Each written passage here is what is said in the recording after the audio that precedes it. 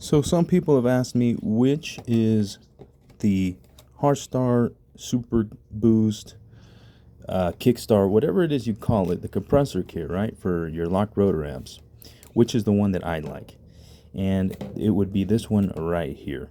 Okay, they're not paying me anything, but the reason I like it is it's very neat. You can tell the quality, and it comes with a bracket and a couple screw holes that make it super easy to mount, especially inside of this, a little cabinet in here. And you can even use some of the existing holes.